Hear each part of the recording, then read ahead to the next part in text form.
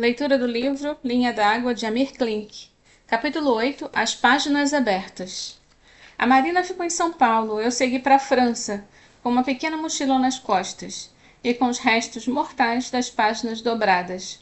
Eu consegui comprar uma conexão para a ilha inglesa, depois de resolver que, antes de propor uma mudança drástica no projeto da dupla Beaufort e Petit, eu deveria promover uma investigação surpresa no negócio suspeito de mastros ingleses.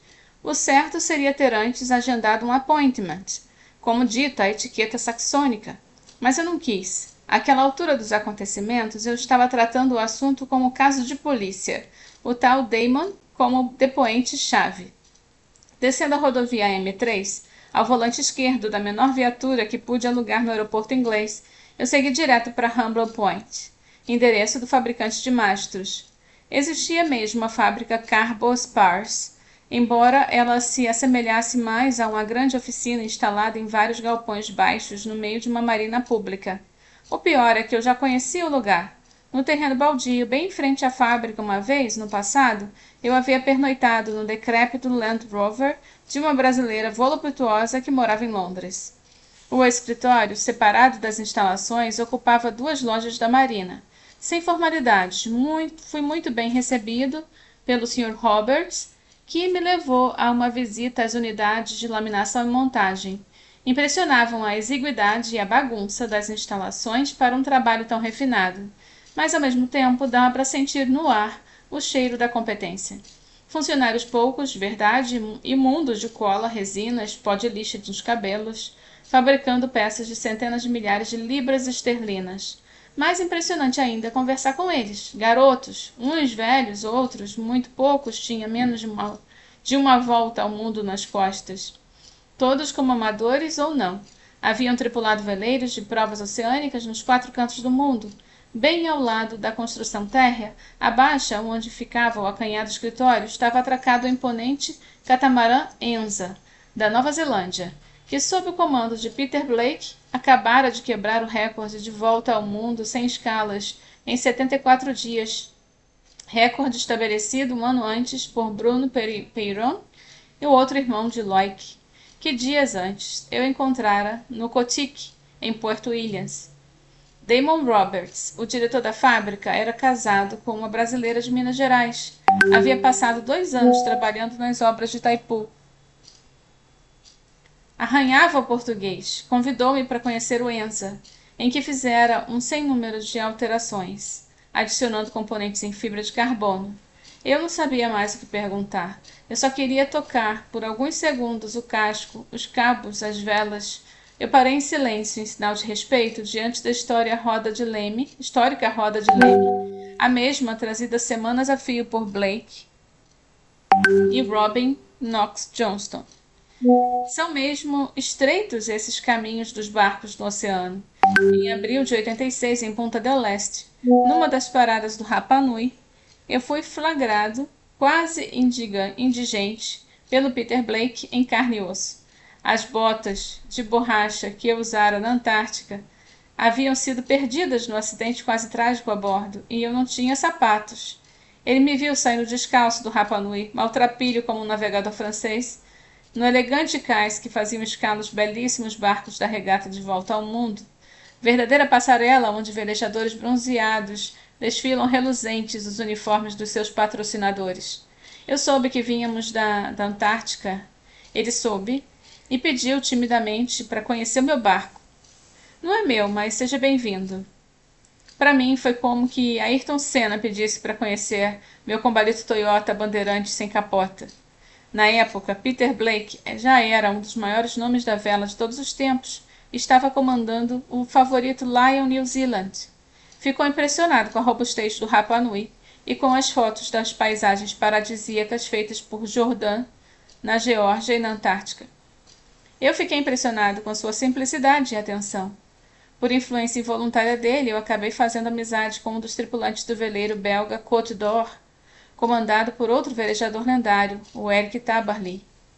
Dédé, um francês meio palhaço, que eu voltaria a encontrar trabalhando no Pelagic, me salvou de inúmeros constrangimentos ao me presentear com o seu velho par de tênis.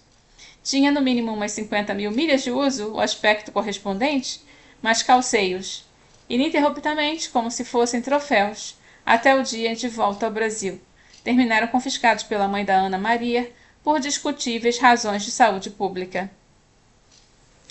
Eu passei a noite num apartamento do Clube Náutico de Humble, bem menos interessante que o Land Rover de anos antes, e pela manhã, depois de quitar uma multa por ter parado com para-choque 2 polegadas além da faixa do estacionamento, onde eu era o único veículo, eu segui para o encontro com os franceses em Valaures, na França. Na saída da cidade, eu entrei na Satchel Lane e parei na frente do número 93, a casinha geminada de tijolos vermelhos onde mora o Skip. Ele ainda estava nos canais patagônicos com Pelagic e deixei um bilhete embaixo da porta. Os mastros estranhos eram mesmo pouco conhecidos e ousados, mas existiam, pareciam confiáveis e eu tinha gostado da ideia de fazer um Paraty 2 mais simples e moderno. Às 9 horas do dia seguinte eu estava novamente na porta do escritório dos Petit Beauvais, na rua estreita, a passagem medieval e o predinho geminado de 2 andares em pedra que mais lembrava uma velha adega. O Olivier já me aguardava. Cumprimentei rapidamente os estagiários que trabalhavam na parte de baixo, sobre arcos de pedra sem janelas, e subimos com a prancheta no mezanino. Eu levava uma pasta com alguns prospectos da fábrica inglesa de mastros, mas não me contive. Saquei do bolso traseiro as páginas dobradas, já em decomposição avançada, coloquei-as sobre a prancheta do Olivier, abertas bem na foto, que mostrava um veleiro branco com uma imensa cruz invertida em cima, e disparei. O que você acha desse negócio aqui? O Olivier deu uma risadinha maliciosa sem me responder e começou a puxar de uma gaveta grande um monte de projetos. Eu senti um enorme alívio quando vi os desenhos, todos de barcos usando os estranhos mastros. Os projetistas do escritório francês eram incompreendidos adoradores do sistema inglês. Haviam feito vários projetos, mas nunca um de seus clientes tivera a ousadia de adotá-lo ao encomendar um barco. Eram tantas as vantagens e tão incomum o desenho do sistema que os clientes desconfiados terminavam optando por sistemas mais convencionais. Era caro também, mas depois da visita à fábrica em Humble e do varar à noite fazendo contas, eu concluíra que, no meu caso, o de um barco ainda inexistente a ser construído num país onde importar um penico ou uma esquadra de helicópteros dá mais ou menos o mesmo trabalho, eu havia vantagens importantes. Se o projeto do casco e o plano das manobras levassem em conta desde o início o uso do sistema, o valor maior dos mastros seria largamente compensado pela economia em reforços estruturais, catracas, stoppers, desvios e centenas de traquitanas caras que normalmente entopem o convés de um veleiro. Eu teria um convés limpo, absolutamente livre de equipamentos em que tropeçar. Poderia andar de bicicleta, fazendo voltas no casario. Transportar postes, canoas, vacas ou pessoas sem atrapalhar as manobras de velas. Todas aéreas.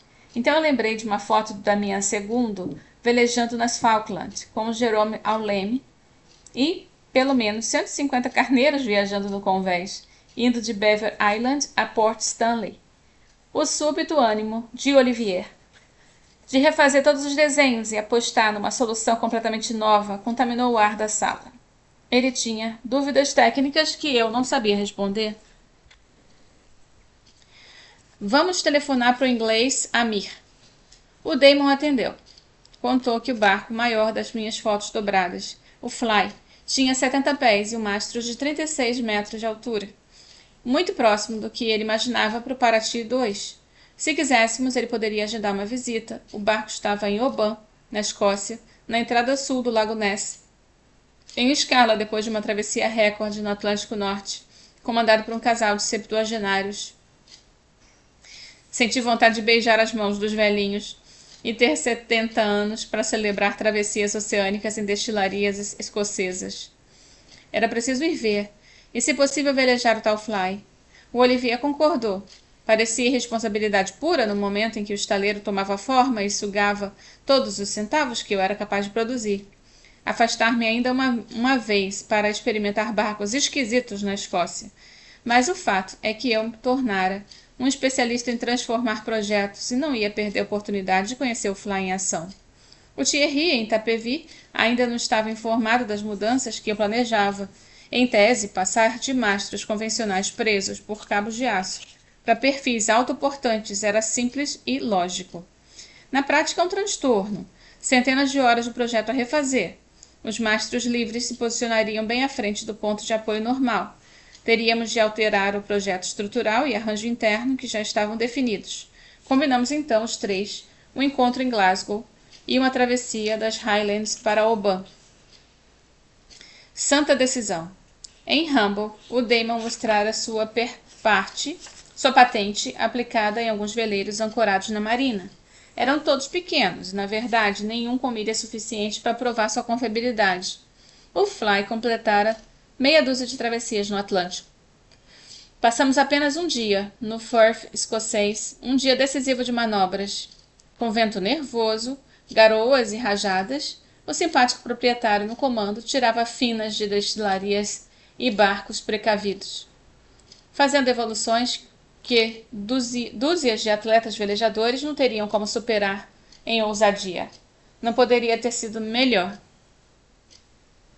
Descobrimos um problema do sistema, no cabo que segura a vela de proa. O Olivier deu uma solução simples. Os futuros mastros teriam que ser laminados com uma acentuada curva para trás, para pretensionar o cabo. Exatamente como faz o mastro de Gororoba em uma jangada cearense. A encrenca, cuja foto andou semanas no meu bolso, funcionava mesmo. O projeto do meu veleiro, com as cruzes invertidas e as curvas de carbono, ficou um espetáculo. Esse é o fim do capítulo 8.